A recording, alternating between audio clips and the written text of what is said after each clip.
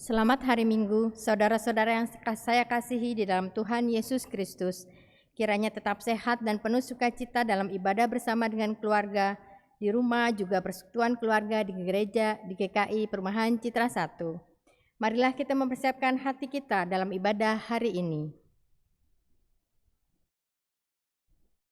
Kita membaca Mazmur 108 ayat 2 sampai dengan 6 secara berbalasan. Hatiku siap ya Allah, aku mau menyanyi, aku mau bermazmur, bangunlah hai jiwaku. Bangunlah, hai gambus dan kecapi, aku mau membangunkan fajar. Aku mau bersyukur kepadamu di antara bangsa-bangsa ya Tuhan, dan aku mau bermazmur bagimu di antara suku-suku bangsa. Sebab kasih-Mu besar mengatasi langit, dan setiamu sampai ke awan-awan. Tinggikan dirimu mengatasi langit ya Allah, dan biarlah kemuliaan-Mu mengatasi seluruh bumi. Umat Tuhan, marilah dengan berdiri kita bersyukur, bersujud dan menyembah-Nya. Kita yakin dan percaya bahwa Ia hadir dalam ibadah saat ini. Marilah kita menaikkan pujian, Tuhan Allah hadir.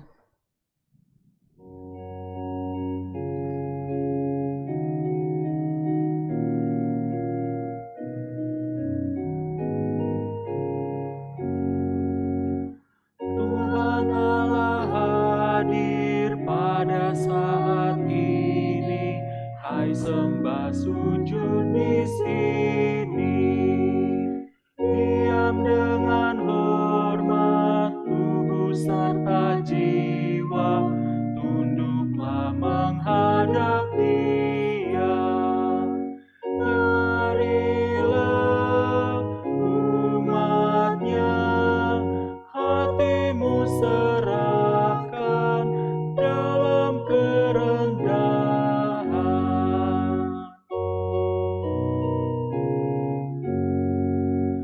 Tuhan Allah hadir yang dimuliakan dalam sorga siang malam. Suci, suci, suci untuk selamanya, dinyanyikan malak sorga. Ya Allah, terimalah pujian jemaat beserta malaikat.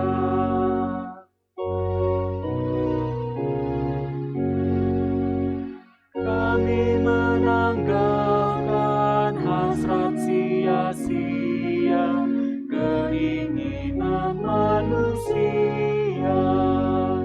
Jiwa raga kami hidup seluruhnya, Tuhan Kaulah yang empunya. Dikaulah yang esa, patut dimuliakan seberhana Allah. Saudara-saudara, ibadah ini terjadi karena pertolongan kita adalah dalam nama Tuhan yang menjadikan langit dan bumi.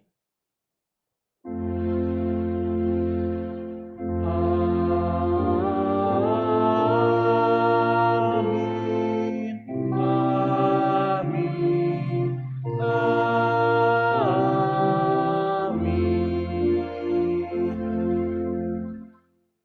Kasih karunia dan damai sejahtera dari Allah Bapa kita, Tuhan kita Yesus Kristus dan Roh Kudus menyertai saudara sekalian. Dan menyertai saudara juga.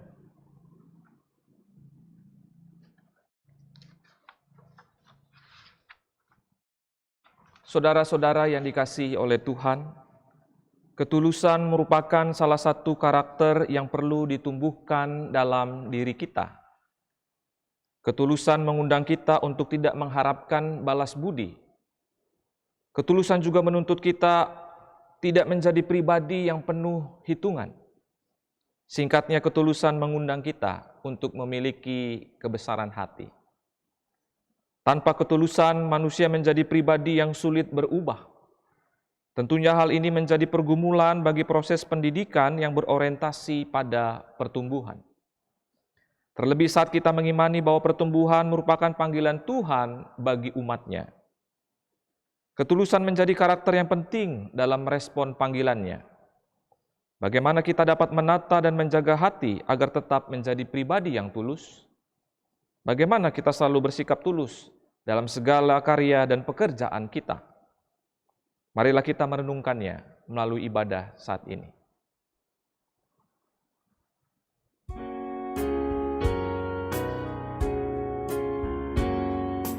Tuhan, ambil hidupku dan kuduskan bagi-Mu.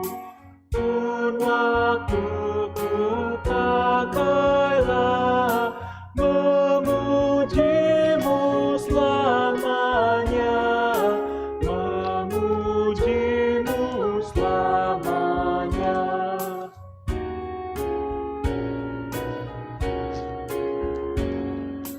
Tanganku gerakkanlah, kasih-Mu pendorongnya, dan jadikan langkahku berkenan kepadamu, berkenan kepadamu.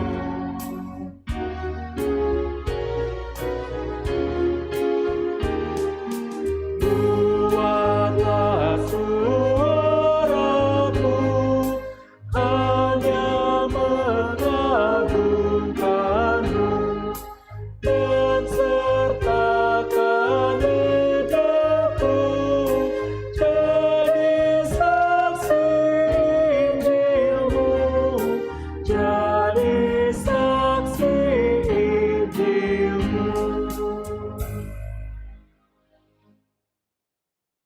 Mari saudara-saudara, kita menyatukan hati dalam doa pengakuan dosa. Mari kita berdoa.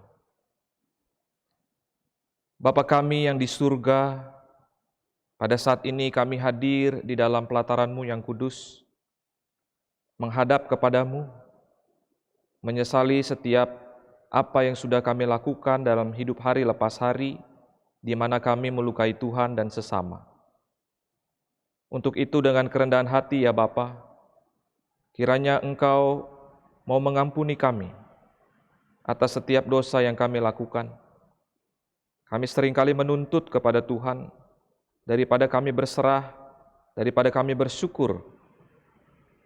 Dan pada saat ini, kami mengakui semuanya di hadapan-Mu.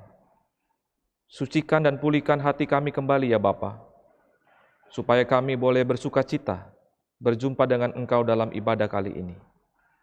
Terpujilah Engkau untuk selama-lamanya. Di dalam nama Tuhan kami Yesus Kristus Sang Pemurah itu, kami berdoa dan memohon. Amin.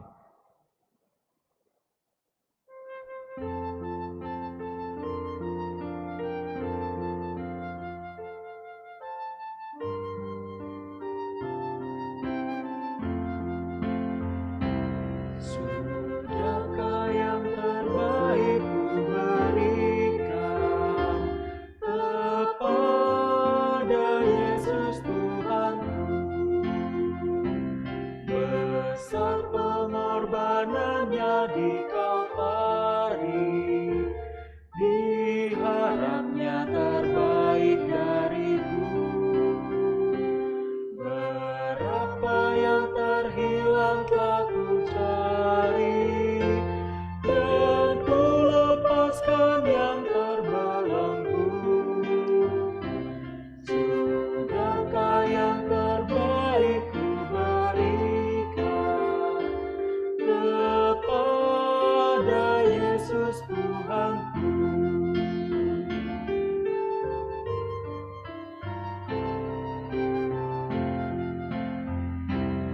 Begitu banyak waktu yang terluang, sedikit ku baginya. Sebab kurang kasih kepada Yesus, mungkinkah hancur pula hatinya?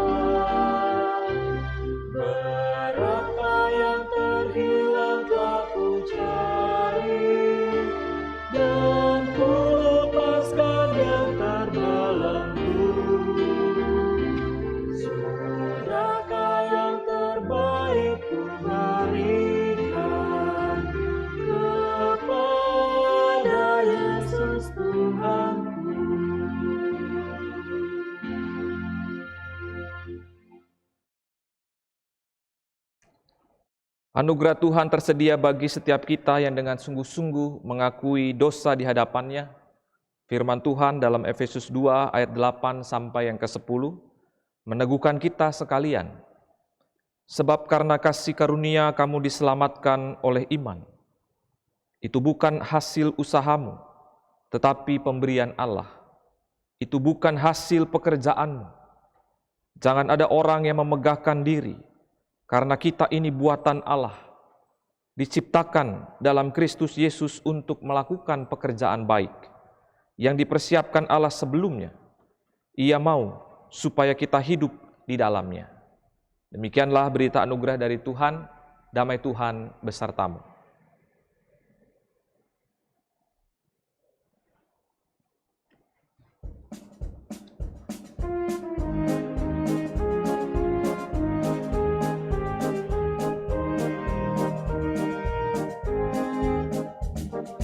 Kita sudah ditebus oleh-Nya, kini layanilah mukalismu. Maju terus dan kibarkan pancinya, sanjung Rajamu. Mari bawa padanya segenap talentamu, serta hidup mengikuti firman-Nya. Taat dan setialah walau sukar jalanmu, hidup kudus agar kasih-Nya pun nyatalah.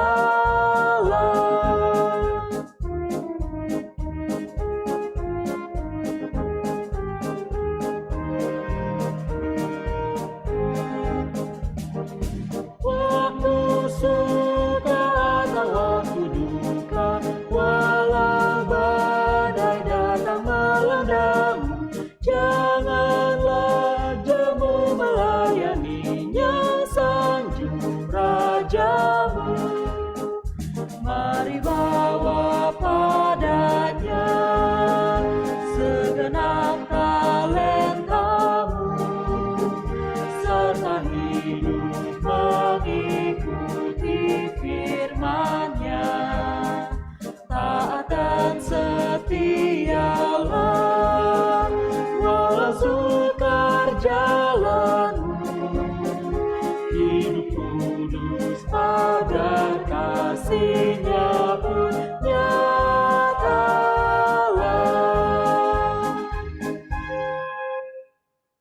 Saudara-saudara, mari kita siapkan hati kita untuk menyambut firman Tuhan.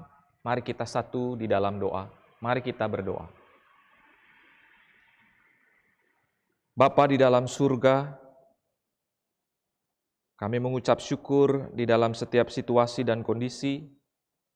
Tuhan terus mengingatkan kami dan mengarahkan kami untuk tetap setia kepadamu.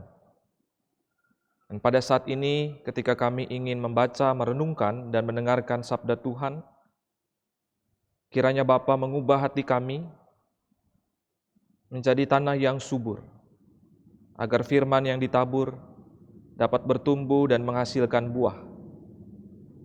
Ajar kami juga bukan saja memelihara, tetapi juga mewujudkan firman itu dalam kehidupan kami hari lepas hari, di tengah-tengah keluarga, ataupun di tengah-tengah pekerjaan kami. Bersabdalah kepada kami Bapa di surga, melalui hamba-Mu dengan segala keterbatasannya, karena setiap kami yang mendengar, bersedia dan sukacita ingin mendengarkan suara-Mu. Dalam nama Tuhan kami Yesus Kristus, kami berdoa dan mengucap syukur. Amin.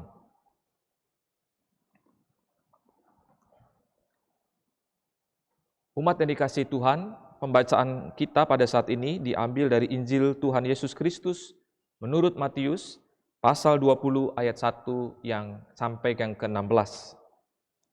Matius pasal 20 ayat 1 sampai yang ke-16 berbunyi demikian. Adapun hal kerajaan sorga sama seperti seorang tuan rumah yang pagi-pagi benar keluar mencari pekerja-pekerja untuk kebun anggurnya. Setelah ia sepakat dengan pekerja-pekerja itu mengenai upah sedinar sehari, ia menyuruh mereka ke kebun anggurnya. Kira-kira pukul 9 pagi ia keluar pula, dan dilihatnya ada lagi orang-orang lain menganggur di pasar. Katanya kepada mereka, "Pergi jugalah kamu ke kebun anggurku, dan apa yang pantas akan kuberikan kepadamu." Dan mereka pun pergi. Kira-kira pukul 12 dan pukul 3 petang ia keluar pula dan melakukan sama seperti tadi. Kira-kira pukul 5 petang ia keluar lagi dan mendapati orang-orang lain pula. Lalu katanya kepada mereka, "Mengapa kamu menganggur saja di sini sepanjang hari?" Kata mereka kepadanya, "Mereka tidak ada, karena tidak ada orang yang mengupah kami." Katanya kepada mereka, "Pergi jugalah kamu ke kebun anggurku." Ketika hari malam, tuan itu berkata kepada mandurnya, "Panggillah pekerja-pekerja itu dan bayarkan upah mereka, mulai dengan mereka yang masuk terakhir hingga mereka yang masuk terdahulu." Maka datanglah mereka yang mulai bekerja kira-kira pukul 5, dan mereka menerima masing-masing 1 dinar. Kemudian datanglah mereka yang masuk terdahulu, sangkanya akan mendapat lebih banyak. Tetapi mereka pun menerima masing-masing 1 dinar juga. Ketika mereka menerimanya, mereka bersungut-sungut kepada tuan itu. Katanya, "Mereka yang masuk terakhir ini hanya bekerja 1 jam, dan engkau menyamakan mereka dengan kami yang sehari suntuk bekerja berat dan menanggung panas terik matahari." Tetapi tuan itu menjawab seorang dari mereka, "Saudara, aku tidak berlaku tidak adil terhadap engkau. Bukankah kita telah sepakat sedinar sehari? Ambillah bagianmu dan pergilah. Aku mau memberikan kepada orang yang masuk terakhir ini sama seperti kepadamu. Tidakkah aku bebas mempergunakan milikku menurut kehendak hatiku? Atau iri hatikah engkau karena aku murah hati?" Demikianlah orang yang terakhir akan menjadi yang terdahulu, dan yang terdahulu akan menjadi yang terakhir. Demikianlah Injil Tuhan kita Yesus Kristus. Berbahagialah mereka yang mendengar dan yang memeliharanya dalam hidup hari lepas hari.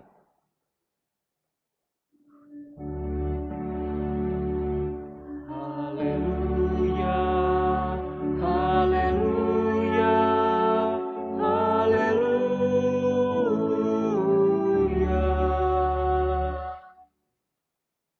Selamat pagi umat yang dikasihi Tuhan yang ada di rumah.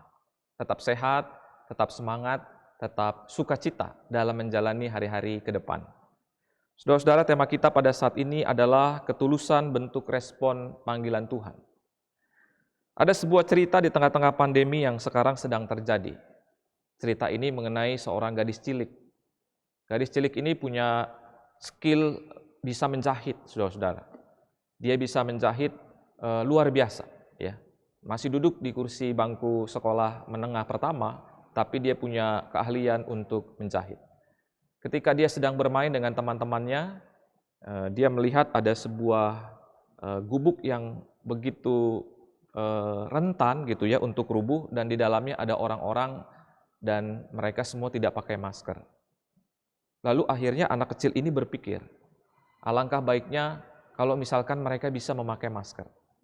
Lalu tiba-tiba, saudara-saudara, dia pulang lagi ke rumah, lalu dia membongkar semua lemari pakaiannya dan dia mencari kain yang layak untuk nantinya dia bisa jahit dan dijadikan masker. Dan ternyata benar. Kain itu dia ambil, lalu dia cuci sampai bersih, dan ketika kering, barulah dia mulai menjahit. Dan ketika dia menjahit, akhirnya jadi beberapa masker. Dan ketika masker itu sudah jadi, dia pun mencuci kembali, membilas kembali, gitu ya, sebelum nanti dia wrapping di plastik yang juga bersih, gitu ya. Dan ketika sudah jadi, dia berkeliling lagi untuk memberikan masker itu kepada orang-orang yang dia jumpai. Ternyata bukan cuma orang-orang yang ada di gubuk, tapi juga orang-orang yang ada di pinggir jalan yang tidak punya masker untuk dipakai, dia bagi masker yang sudah dia buat itu. Nah, saudara-saudara, ketika dia diwawancara, kenapa dia melakukan hal itu? Jawabannya simpel. Karena dia merasa kasihan. Dan karena dia merasa kasihan, maka timbul dalam dirinya untuk melakukan sesuatu. Dan tentunya ketika dia melakukan sesuatu, itu adalah sesuatu yang tulus. Karena tentunya dia tidak mengharapkan sebuah imbalan. Nah, saudara-saudara, gadis cilik ini menunjukkan bahwa rasa belas kasihnya kepada mereka yang membutuhkan masker dilakukannya dengan penuh ketulusan. Dia tidak memperhitungkan berapa banyak waktunya yang dia pakai untuk menjahit, mencuci, dan segala macam. Dia juga tidak memperhitungkan tenaganya yang sudah dipakai untuk menjahit dan segala macamnya tadi, atau jerih payahnya yang telah digunakan dalam membuat masker untuk orang lain yang membutuhkan. Singkatnya, saudara-saudara, dia rela, tapi juga sukacita melakukan kebaikan tanpa motif tersembunyi. Nah, saudara-saudara, berbicara tentang ketulusan, ketulusan itu apa? Ketulusan dalam bahasa Inggris adalah sincerity, yang berarti bebas dari ketidakjujuran, bebas dari kemunafikan, bebas dari sifat bermuka dua, kebersihan hati dalam niat dan tindakan. Dan ketulusan bukan sekedar kerelaan melakukan kebaikan tanpa pamrih kepada orang lain, tetapi ketulusan juga adalah rela dan patuh melakukan kehendak Tuhan tanpa keraguan dan tanpa perhitungan. Ketulusan menekankan sebuah motivasi, karena motivasi akan mendorong sebuah tindakan atau keputusan. Jika motivasinya tulus, maka ia tidak akan memperhitungkan untung ruginya, karena niatnya tulus. Tapi jika tidak tulus, maka semua akan dihitung. Saudara-saudara, dalam kehidupan kita sehari-hari, kita semakin sulit berjumpa atau menemukan orang yang melakukan segala sesuatu dengan ciri-ciri tadi. Semakin banyak pada saat ini orang yang melakukan sebuah perbuatan baik karena didorong oleh motif. Sama seperti perumpamaan yang nanti kita akan ceritakan kali ini. Nah, saudara-saudara, perumpamaan yang tadi kita baca menggambarkan sebuah kebiasaan yang sering terjadi di Israel. Ya. Anggur menjadi matang dan siap dipanen itu menjelang akhir September. Nah, kebetulan kita pada saat ini juga bulan September gitu ya. Dan sesudah itu baru turunlah hujan. Apabila panen tidak dikumpulkan sebelum musim hujan tiba, maka rusaklah semuanya. Maka memanen anggur itu harus berlomba dengan waktu yang cukup mencemaskan. Jika anggur tersebut tidak dipetik dan tertunda saja 1 atau 2 hari, ya, maka kandungan gulanya menjadi terlalu tinggi. Harga pasar untuk anggur yang berkualitas baik tergantung pada ketetapan jumlah kadar gula dalam anggur. Maka dari itu siapa saja yang ingin membantu disambut dengan tangan terbuka. Sekalipun ia hanya dapat bekerja selama 1 jam. Nah, upah yang diberikan juga sungguh wajar. 1 dinar atau 1 dirham. Kalau orang Yunani bilangnya drachme, 1 drachme adalah upah sehari yang wajar bagi seorang buruh. Nah, saudara-saudara, kisah dalam perumpamaan yang kita baca tadi sebenarnya juga bukan saja menceritakan mengenai kebaikan si pemilik kebun, tetapi juga menceritakan adanya perbedaan motivasi para pekerjanya, tentang bagaimana orang yang dipanggil oleh si pemilik kebun untuk bekerja. Nah, kalau kita perhatikan pada ayat-ayat di awal, ya, para pekerja yang pertama itu bekerja membuat kesepakatan dulu dengan si pemilik kebun. Sikap mereka ini ketika membuat kesepakatan menunjukkan motivasi yang hanya untuk kepentingan diri sendiri dan tidak tulus. Yaitu bahwa mereka semua hanya ingin mendapatkan sebanyak mungkin dari pekerjaan itu. Nah, pertanyaannya adalah apa yang menyebabkan mereka bisa seperti itu? Nah, saudara-saudara, ketika Yesus mengajar perumpamaan ini, ya, konteksnya adalah dia menghadapi pendengar yang biasanya diajarkan tentang upah menurut tradisi orang Yahudi. Orang-orang sejaman Yesus percaya bahwa manusia harus mengumpulkan perbuatan baik itu sebanyak-banyaknya sehingga nanti mendapat pahala. Karena menurut mereka, ketika mereka dapat mengumpulkan perbuatan baik itu sebanyak-banyaknya, mereka bisa datang kepada Allah dan menuntut upah kepada Allah. Padahal seharusnya umat Yahudi sudah mengenal kasih karunia dan belas kasih Allah yang mereka selalu pujikan di dalam sinagoge mereka dalam mazmur dan doa-doa. Tetapi pada kenyataannya, saudara-saudara, hal itu tidak mereka lakukan. Mereka tetap menekankan, mereka tetap berorientasi kepada upah dari sebuah perbuatan. Motivasinya bukan ucapan syukur. Motivasinya juga bukan bekerja dengan tulus, melainkan keserakahan. Itu sebabnya para pekerja yang pertama ini berharap masing-masing menerima lebih dari 1 dinar. Tetapi ternyata harapan mereka tidak terpenuhi. Dan mereka pada akhirnya mengungkapkan ketidaksenangan dan juga mengomel kepada pemilik kebun itu, lalu menceritakan tentang jasa dan juga derita yang mereka alami sejak pagi, sejak paling lama daripada pekerja yang lain. Termasuk mereka komplain hanya bisa menerima bayaran 1 dinar, yang sebenarnya kalau kita baca itu merupakan sebuah kesepakatan bekerja yang telah dibuat selama 1 hari. 1 hari itu hitungannya adalah pekerjaan dibuka jam 6 pagi sampai jam 6 sore, gitu ya. Nah, saudara-saudara, kalau kita perhatikan para pekerja ini, padahal mereka ini bukanlah konsumen yang bisa komplain. Sama seperti kalau kita belanja, mau via online sekarang. Kalau misalkan barang yang datang itu rusak, kita komplain kepada produsen. Kenapa barang yang sampai seperti ini? Maka produsen bisa mengirim barang yang baru, gitu ya, atau meminta maaf ketika tidak bisa mengirim barang yang baru, gitu ya. Nah, saudara-saudara, sebenarnya kan para pekerja ini, mereka ini adalah orang yang menerima kebaikan atau anugerah dari si pemilik kebun anggur. Jadi memang kurang pantas ketika mereka pada akhirnya memperhitungkan apa yang sudah mereka lakukan. Hal ini terjadi karena orientasi mereka bukan kepada bahagianya sudah dipanggil bekerja oleh Sang Tuhan. Coba bayangin kalau Sang Tuhan itu tidak memanggil mereka. Mereka pasti masih menganggur hingga pada saat ini. Tetapi karena Tuhan itu memanggil mereka untuk bekerja, seharusnya mereka sudah bahagia bisa bekerja, gitu ya. Tapi justru mereka tidak mau melihat hal itu. Tapi mereka lebih melihat kepada apa yang mereka lakukan itu harus diberikan upah. Nah, saudara-saudara, di sini kita diajak untuk menyadari bahwa pekerja yang merasa mendapat upah terlalu sedikit ini sebenarnya tidak melihat sisi yang lebih mendasar. Apa sisi yang lebih mendasar? Yakni kesempatan yang sama bagi semua orang untuk mendapatkan nafkah, untuk mendapatkan anugerah Tuhan. Para pekerja yang tak puas ini sebenarnya harus menyadari bahwa mereka lebih beruntung daripada pekerja yang nanti dipanggil jam 5 sore. Karena apa? Karena mereka langsung bisa bekerja tanpa perlu menunggu. Upah yang dijanjikan oleh Sang Tuhan itu juga jelas dan wajar. 1 dinar itu adalah pembayaran yang wajar selama 1 hari. Lalu kenapa mereka komplain? Ada banyak orang yang tak seberuntung mereka. Ada yang masih menganggur sampai siang, bahkan sampai sore hari, karena tak ada yang memberi pekerjaan. Dan mereka ini masih hidup di dalam ketidakpastian. Mereka masih hidup di dalam ketar-ketir, dalam penantian hidupnya mendapatkan berkat, dalam hal ini panggilan pekerjaan dari si pemilik kebun. Mereka diliputi kecemasan.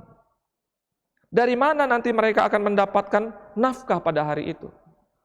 Apa mereka dan keluarganya harus melewatkan malam hari ini dengan perut yang kosong? Pertanyaan-pertanyaan itu muncul. Dan kalau pekerja yang pertama tadi dapat memahami dan memikirkan hal seperti itu, seharusnya yang terjadi bukanlah komplain, tetapi yang terjadi justru harusnya mengucap syukur karena mendapat panggilan bekerja dari sang pemilik kebun dengan bekerja ketulusan. Yang kedua, saudara-saudara, orang-orang yang berdiri di pasar ini bukanlah para penganggur yang malas. Kenapa saya bilang mereka bukan yang malas? Faktanya bahwa sebagian dari mereka itu berdiri sampai pukul 5 sore. Ini adalah bukti betapa mereka sangat menginginkan pekerjaan. Saudara-saudara perlu tahu, mereka ini adalah golongan pekerja yang paling rendah. Kalau budak, itu masih berada dalam kelompok. Kelompok di dalam keluarga. Hidup budak itu tergantung kepada keluarga yang mempekerjakan mereka. Dan mereka mendapat upah yang tetap. Tetapi, buat mereka yang berdiri menunggu pekerjaan ini, tidak. Bagi mereka hidup selalu tak pasti. Mereka dan keluarganya hanya bisa makan kalau mereka bekerja. Mereka sama sekali tergantung pada kesempatan kerja dan karena itu selalu hidup di garis kelaparan. Karenanya, satu hari bekerja merupakan anugerah bagi mereka dan keluarganya untuk melewati hari. Dalam kasus pekerja yang masuk belakangan ini, saudara-saudara, tidak ada deal, tidak ada kontrak sama sekali di depan, seperti pekerja yang paling awal tadi. Yang mereka inginkan, para pekerja yang dipanggil belakangan ini, hanyalah sebuah kesempatan untuk bekerja. Dan mereka dengan rela menyerahkan besar upahnya kepada Tuhan, kepada Tuhan, dan bekerja dengan ketulusan. Yang penting bagi mereka adalah bisa memberi yang terbaik dari kerja mereka untuk sang pemilik kebun yang telah memanggil mereka bekerja. Nah, saudara-saudara, mereka ini adalah orang yang mengerti arti sebuah panggilan. Oleh sebab itu mereka melakukan apa yang diinginkan oleh sang pemilik kebun dengan sepenuh hati atau dengan penuh ketulusan. Mereka begini karena mereka bersyukur atas kebaikan atau anugerah yang telah sang Tuhan berikan kepada mereka. Sehingga apa yang mereka lakukan semata-mata yang terbaik untuk sang Tuhan. Bukan untuk mencari keuntungan diri mereka sendiri, tapi untuk sang Tuhan. Jika tidak ada si pemilik kebun anggur yang memanggil mereka untuk bekerja, bisa jadi mereka dan keluarganya akan melewati hari dengan perut yang kelaparan. Yang bekerja hanya sejam itu juga bekerja dengan tulus. Mereka juga bekerja dengan sungguh-sungguh walaupun hanya 1 jam. Kan tidak bisa lebih. Karena 1 jam kemudian pada pukul 6 sore hari sudah tutup. Sedangkan yang datang jam 6 pagi tadi ukurannya ya sehari penuh. Ya. Di sini kerajaan surga ditawarkan kepada orang yang berada dalam keadaan yang berbeda-beda. Tapi yang pasti kita bisa lebih memahami kenapa pemilik kebun itu sangat bermurah hati. Nah, saudara-saudara, pertanyaannya dalam perumpamaan ini, apa yang bisa kita pelajari? Yang pertama, kita dapat mengetahui kebaikan si pemilik kebun dengan memberikan pekerjaan kepada setiap orang yang ia temui. Tidak pandang bulu. Dan panggilan si pemilik kebun terhadap pekerja untuk bekerja merupakan anugerah bagi mereka. Sehingga bisa selamat melewati hari. Dan pada saat ini setiap kita juga dipanggil oleh Tuhan untuk suatu tujuan khusus. Dan itu makna panggilan. Panggilan adalah sebuah anugerah, sebab hal ini adalah inisiatif yang berasal dari Allah kepada kita. Inisiatif sang pemilik kebun yang mendatangi para pekerja dan bukan sebaliknya. Apa yang Allah berikan kepada kita itu berasal dari kebaikan hatinya. Yang Allah berikan itu bukan bayaran, melainkan hadiah. Bukan juga upah sebenarnya, tapi adalah anugerah. Maka dari itu perumpamaan ini mengingatkan kita bahwa kita tidak boleh menuntut penghormatan khusus dimanapun. Kita juga tidak boleh menuntut tempat khusus dimanapun kita berada. Karena apapun yang kita dapatkan, semuanya adalah anugerah dari Tuhan. Yang kedua, kalau tahu kita panggilan adalah anugerah, maka respon kita terhadap panggilan Tuhan itu, yaitu sepantasnya kita menunjukkan kesungguhan dengan mempunyai sikap yang tulus dalam menjalani apa yang Tuhan kehendaki. Kita belajar dari perumpamaan ini bahwa ketulusan adalah bentuk dalam merespon panggilan Allah. Jangan pernah menaruh pelayanan kita kepada upah. Jangan pernah berorientasi pelayanan kita kepada upah. Karena ketika kita melakukan hal tersebut, maka pelayanan itu bukan menjadi sesuatu yang menyukakan hati kita dan hati Allah, tetapi menjadi sebuah beban di dalam diri kita. Tetapi melayanilah dengan ketulusan. Sama seperti para pekerja yang dipanggil belakangan, tanpa membuat perhitungan dengan si pemilik kebun. Tetapi menerima pekerjaan itu dengan tulus bekerja. Pertanyaannya lagi kepada kita, mengapa kita mesti tulus? Kenapa ketulusan itu sebagai bentuk respon panggilan Tuhan? Yang pertama, karena dengan bersikap tulus, kita tidak berpikir tentang apa yang akan kita dapat. Kita tidak berpikir dan mengukur apa yang sudah kita lakukan selama ini. Melainkan sebuah kesempatan yang mulia, di mana kita bisa melayani Sang Tuhan, di mana kita bisa melayani Tuhan. Dan dengan motivasi itu kita akan melayani Dia dengan sepenuh hati. Yang kedua, dengan ketulusan kita juga akan mampu untuk menghindari perbuatan-perbuatan yang tercemar. Sama seperti tadi, para pekerja yang di awal, yang sudah dipanggil, yang sudah menerima berkat, yang sudah menerima anugerah dari Tuhan, tetapi malah justru tidak bersyukur, melainkan hanya komplain dan terus komplain, dan ingin mendapatkan lebih daripada apa yang mereka kerjakan. Dengan ketulusan kita akan mampu menghindari perbuatan tercemar, tapi juga tidak ingin merugikan orang lain. Yang ketiga, dengan ketulusan kita juga menunjukkan bahwa ini merupakan bentuk kepercayaan kita yang kuat kepada Tuhan di saat kondisi kita kritis ataupun yang lain, termasuk pada pandemi ini. Kita akan dimampukan dengan ketulusan untuk terus percaya dengan kuat kepada Tuhan dalam setiap kondisi. Yang keempat, dengan ketulusan kita akan dimampukan untuk terus setia berdiri di hadapan Tuhan dan juga mampu membangun relasi yang baik dengan siapapun orang yang kita temui. Jadi bukan berteman ketika kita sedang dalam kondisi yang baik, tetapi terus menjadi seorang teman dan sahabat di dalam setiap kondisi apapun. Ya, kadang anak muda sering bilang begini, kalau lagi senang saya punya banyak teman, tapi giliran menderita, ya maka teman pada hilang gitu ya. Nah, dengan ketulusan, dengan hati yang bersih itu, dalam setiap kondisi apapun, kita harusnya dapat mampu membangun relasi yang baik dengan siapapun orang yang kita temui. Saudara-saudara, Yesus pernah berkata dalam Matius 10 ayat yang ke-16, bahwa kita harus tulus seperti merpati. Bahasa Yunaninya adalah akeraios, berarti tak tercampur. Tak tercampuri apa? Tak tercampuri yang jahat. Bersih dari kelicikan. Hal ini sama dengan burung merpati yang tidak mempunyai empedu. Empedu itulah tempat di mana menyimpan racun yang diserap oleh tubuh. Artinya, ia tidak menyimpan kepahitan sehingga tidak pernah menyimpan dendam. Jadi Yesus ingin agar kita tetap memelihara ketulusan dalam diri kita seperti dirinya. Oleh sebab itu, saudara-saudara, penting bagi kita untuk dapat terus mengembangkan ketulusan dalam cermin kerajaan surga. Karena Yesus berkata dalam awal bahwa umpama kerajaan surga adalah seperti ini.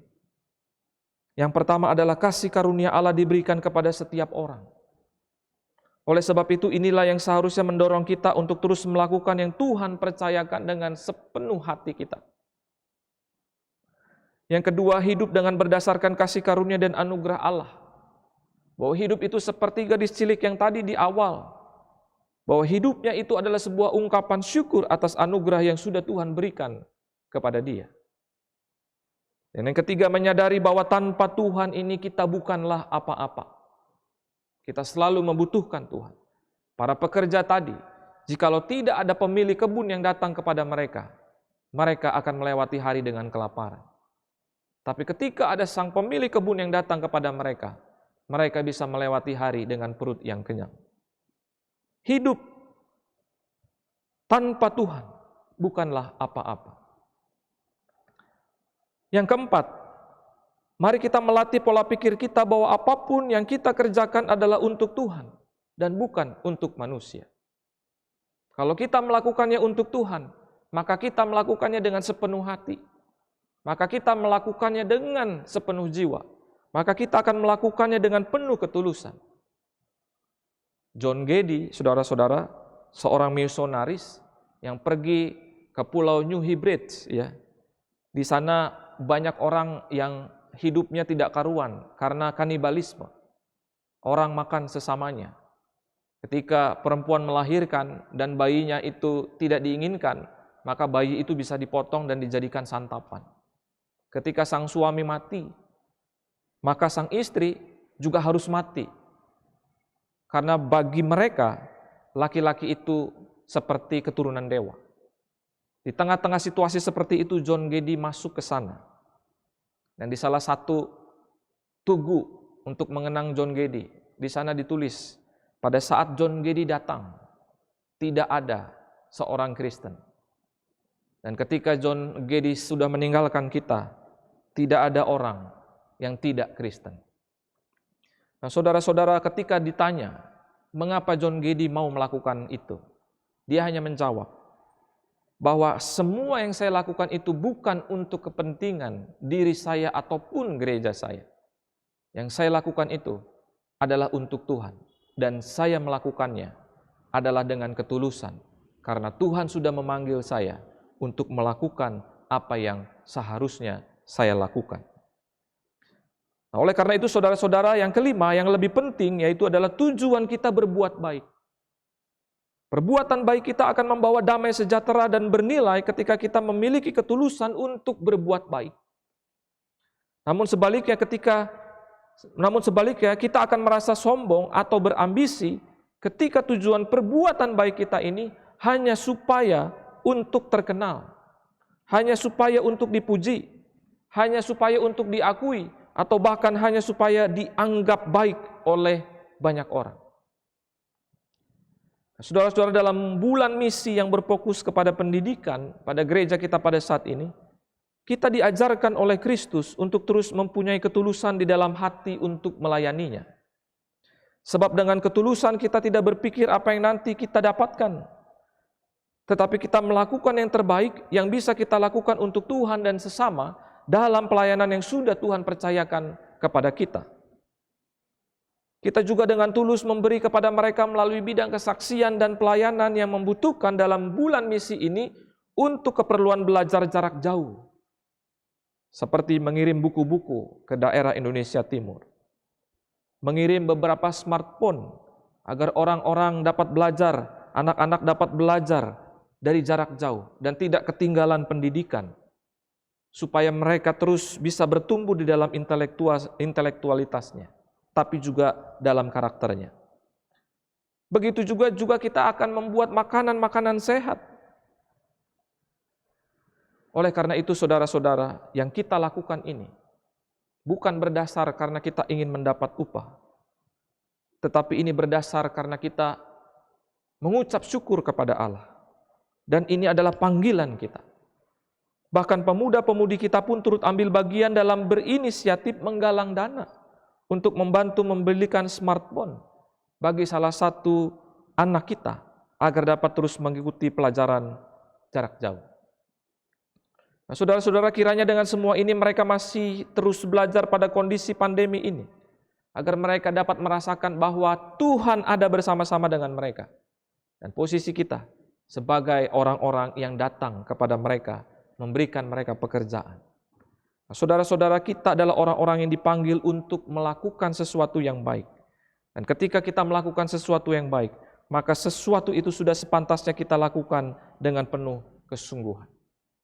Dalam pandemi ini, perumpamaan mengenai para pekerja yang membutuhkan pekerjaan pun bergema kembali. Ada begitu banyak orang yang kesulitan menyambung hidup pada saat ini karena tidak ada lagi pekerjaan akibat COVID-19. Namun jika para pekerja dalam perumpamaan tersebut diberikan anugerah, saya yakin, maka yang pada saat ini pun akan mendapatkan anugerah dari Tuhan. Intinya jangan menyerah, teruslah berusaha dan bangkit dari keterpurukan. Tuhan akan selalu menyertai kita. Dan dalam masa pandemi ini, kita juga dididik untuk menerima kondisi yang sedang terjadi dengan tulus. Dengan menerima dengan tulus, kita dimampukan untuk terus belajar dengan baik, bekerja dengan baik, beribadah dengan baik. Burung merpati ketika ia dilepas dimanapun, burung itu sanggup untuk selalu kembali ke rumah. Apapun kondisi kita saat ini, kita tahu di mana rumah kita yang mendatangkan kebahagiaan, yaitu Yesus Tuhan kita. Bukankah si pemilik kebun memanggil mereka semua juga dengan ketulusan?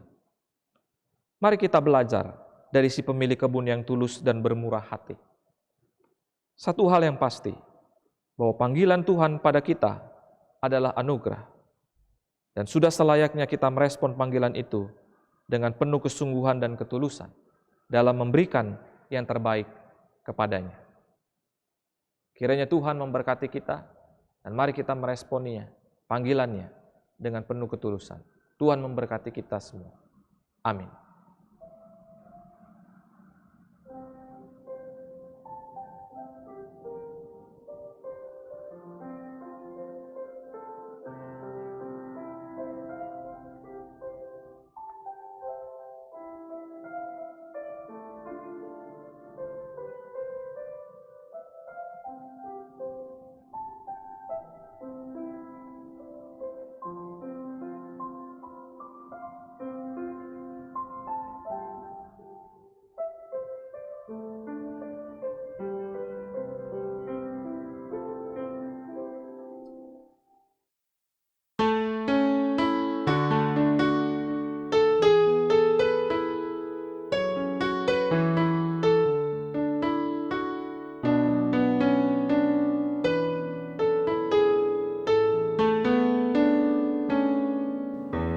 Seperti wanita mengurapimu, menangis di bawah kakimu. Demikian hidupku mau mengasihimu, Yesus, Engkau baik bagiku. Sampai akhir ku menutup mata, ku tetap setia menanti janjimu. Sampai ku dapatkan mahkota kehidupanku, ku tetap setia, ku melayanimu.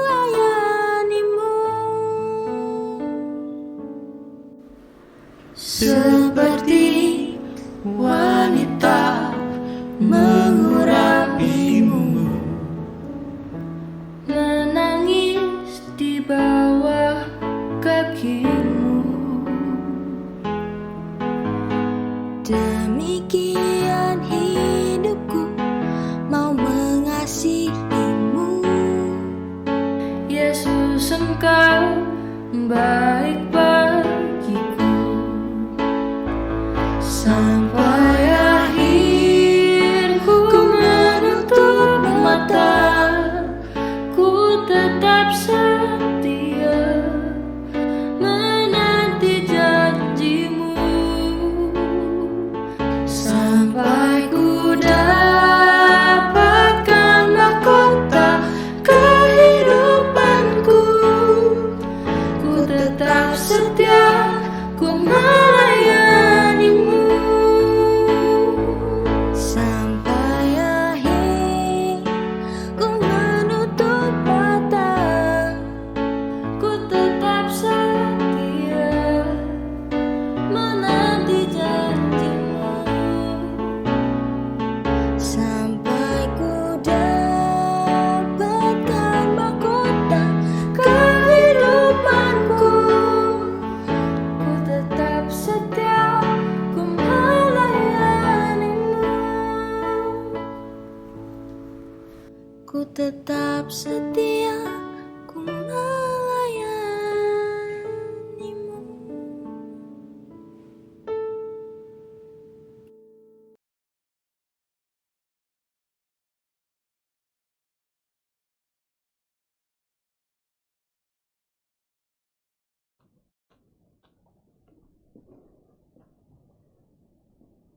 Marilah kita bersama dengan umat Allah di masa lalu, masa kini, dan masa depan mengingat pengakuan pada baptisan kita dengan mengucapkan, Aku percaya kepada Allah, Bapa yang Maha Kuasa, Khalik langit dan bumi, dan kepada Yesus Kristus, Anak yang tunggal Tuhan kita, yang dikandung daripada Roh Kudus, lahir dari darah Maria, yang berita sengsara di bawah pemerintahan Pontius Pilatus, disalibkan, mati dan dikuburkan, turun ke dalam kerajaan maut.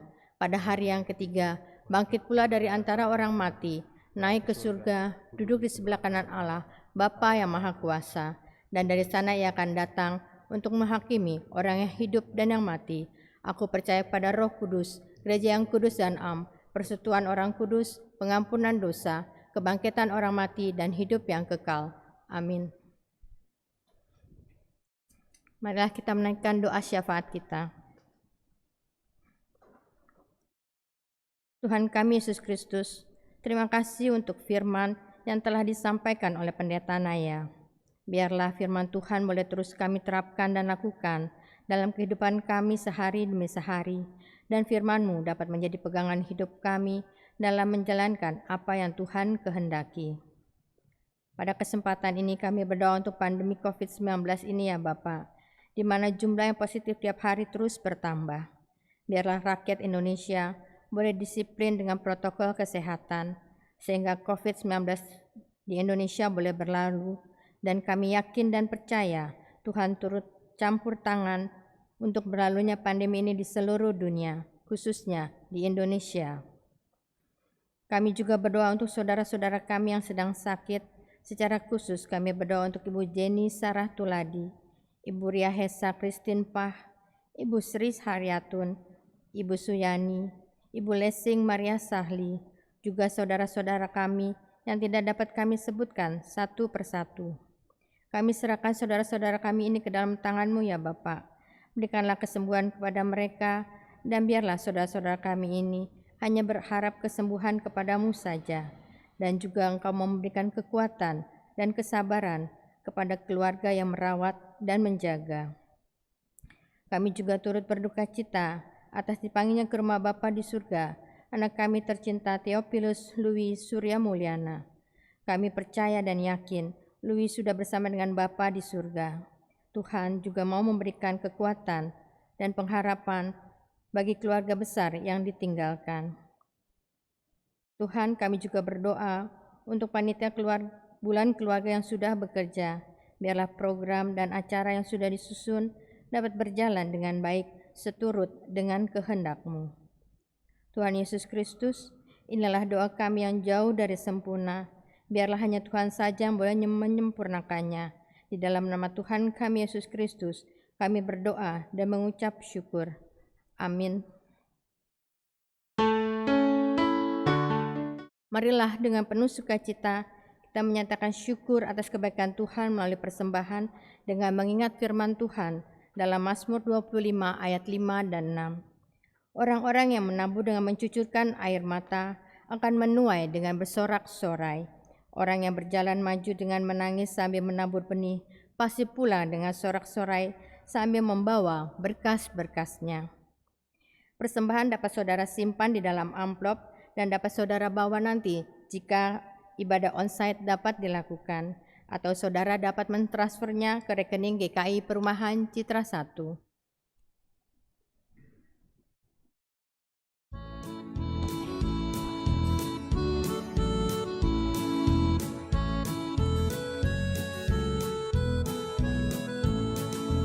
Tabur waktu pagi, tabur benih kasih, tabur waktu siang, terus sampai senja. Nantikan tuayan pada musim panen, kita akan bersuka bawa berkasnya masuk lumbungnya. Kita akan bersuka bawa berkasnya masuk lumbungnya. Kita akan bersuka bawa berkasnya.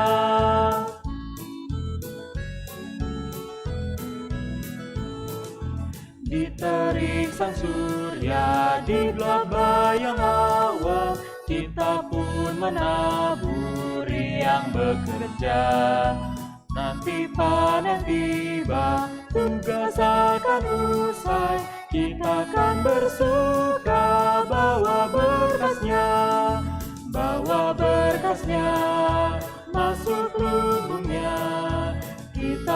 bersuka bawa berkasnya masuk lumbungnya. Kita kan bersuka bawa berkasnya.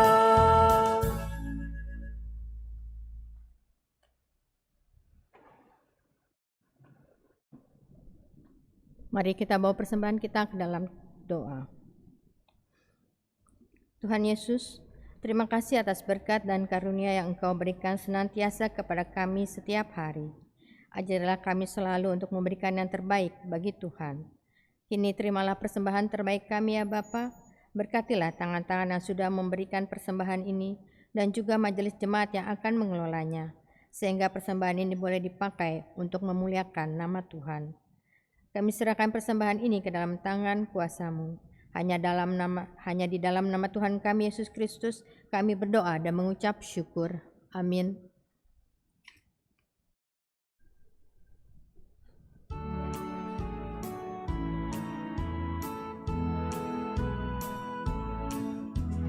Tuhan memanggilmu, hai dengarlah.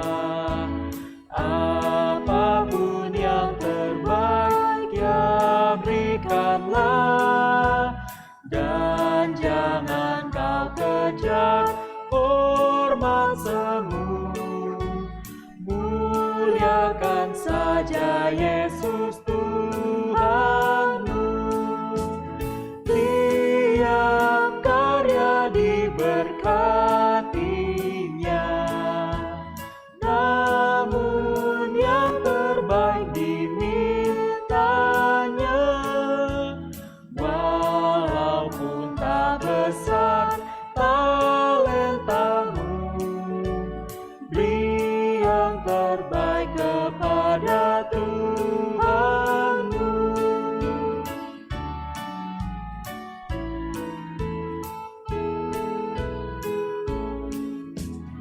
Sanjungan dunia jauhkanlah, dan jangan kau dengar godaannya. Layani Tuhanmu dalam jerih, dalam hidupmu yang telah kau beri. Tiap karya diberkatinya, namun yang terbaik dimintanya. Walaupun tak besar talentamu, beri yang terbaik kepada Tuhanmu.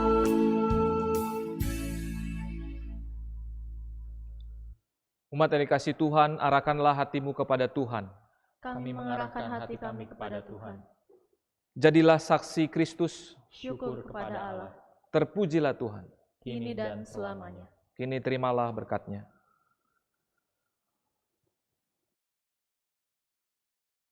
Tuhan memberkati engkau dan melindungi engkau. Tuhan menyinari engkau dengan wajah-Nya dan memberi engkau kasih karunia. Tuhan menghadapkan wajah-Nya kepadamu dan memberi engkau damai sejahtera.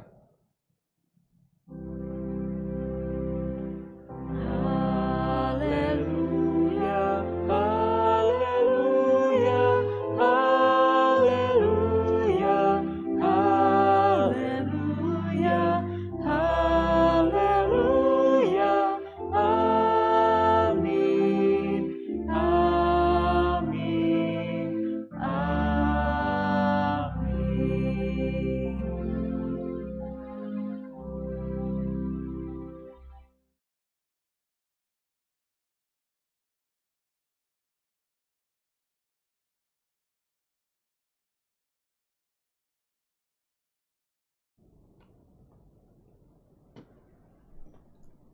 Marilah kita bersaat teduh sejenak.